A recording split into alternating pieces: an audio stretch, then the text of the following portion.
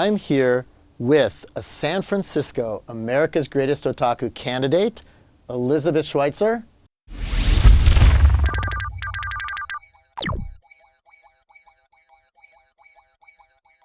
When I was probably 5 or 6, my mom bought me a Sailor Moon costume for Halloween.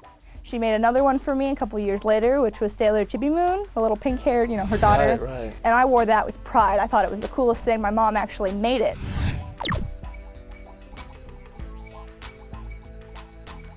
The first costume that I attempted to make on my own was a little bit after my mother made me a couple. Which costume was it? Kurenai from Naruto. Okay. If you saw the pictures, you would not recognize it. So I spent the next year trying to learn my way around the sewing machine. I made some clothes just for myself. And the finished product is this, actually. This is impressive.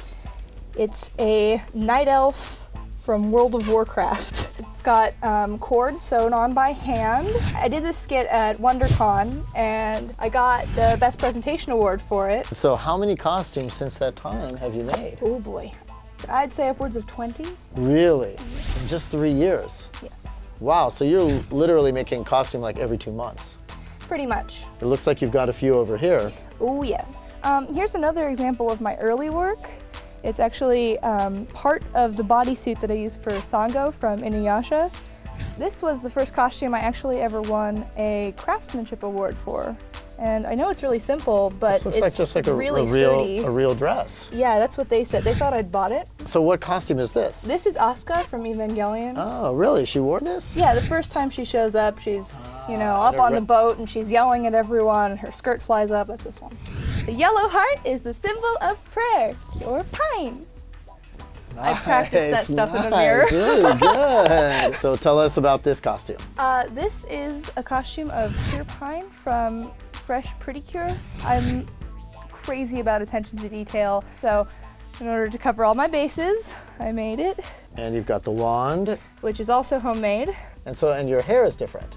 Yes. That's a wig? This is a wig, and so was the other one. This one used to be platinum blonde. Wow. And the character's got like an orangey yellow hair, and I wanted it to look pretty natural. So I took ink, mixed it with alcohol, diluted that with water, sprayed it onto the wig and the hairpiece, which is actually a clip-on, which was a different blonde, so I had to dye them to match.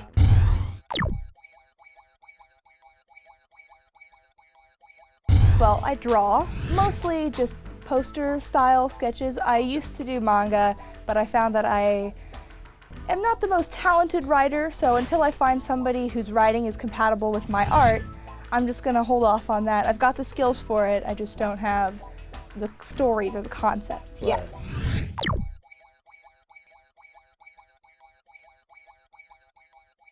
I do sing. I'm actually part of a non-profit singing group that's based in Japantown. Can you sing a little for us here? Yeah. Yeah? What are you looking for? Can you Sailor Moon? Sailor Moon? Yeah.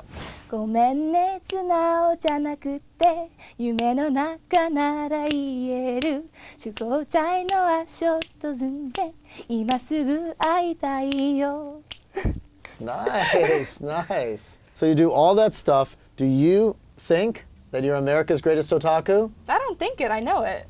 So you know you're America's Greatest Otaku. Absolutely. Guys, what do you think? Elizabeth Schweizer? Nice job, San Francisco. Possible America's Greatest Otaku. We'll find out.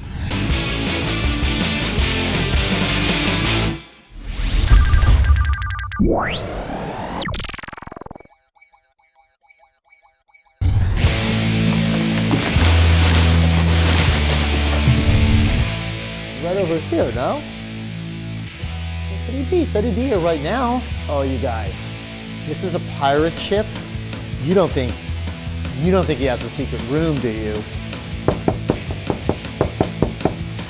I got something. Daniel, you had a secret room. Of course, every pirate should have a secret room. Nice to meet you. Nice to meet you. Can you tell me a little about your company, Three Rings? We started 10 years ago.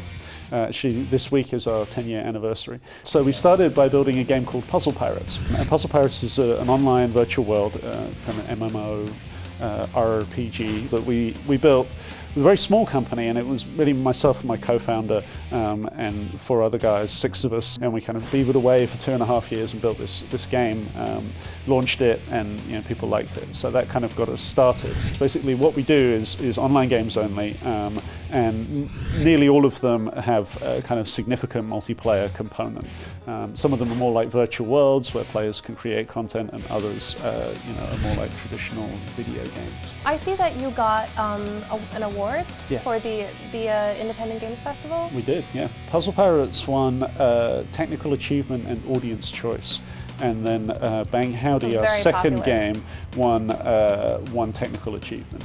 We actually accepted the Puzzle Pirates Awards wearing pirate gear. All 6 of us trooped up on stage with, This place is amazing. What inspired you to create this kind of office environment? When we moved in here, the back room here was completely empty, and we were getting a bit big, and we were going to have to send people into the back room, and they were going to be sad. And just at that moment, a friend of mine dropped me an email. He said, "Hey, I love your new game, and by the way, my wife and I are starting a new business, and we bought this robot.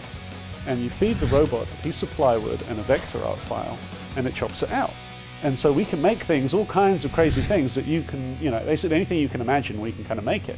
And I said, "Well, this is great, Jeffrey. Let's talk about what we can do." And so Jeffrey and Gillian came in. Most of what you see is actually made out of plywood. The name of the company that did it was becausewecan.org. And one final question, would you consider yourself an otaku? Yeah, pretty much all of these guys are, they're super motivated by what they do. They're really excited by making games. They're really excited by playing them, and so on. So we share that, and in that sense, we're all otaku. Thank you. It has been such a pleasure. Thank you for coming by. Thank you very much. Daniel, thanks. Yeah, thank you. Okay. This week, we met 4 candidates who will be America's greatest otaku.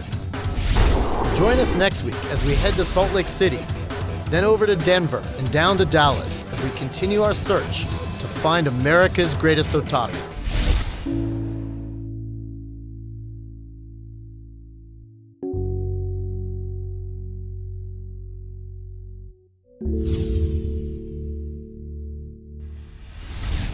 Oh, you guys beat?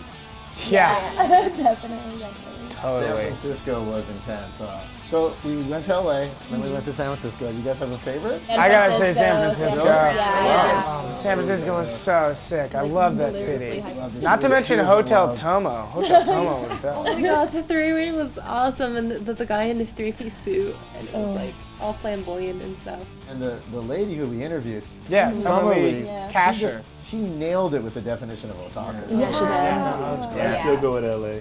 Andre's the only one representing LA, my hometown. Anime Expo. I mean, Anime Expo was It sick. was fun. the Royalty tea was was awesome. amazing. Food there was Yeah, so great. Mira liked the food.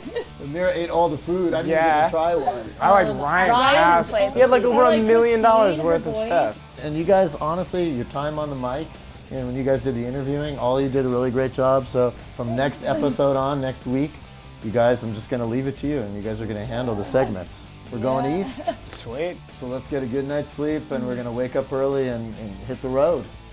Sounds good. Thanks for watching this week, and we'll see you next week.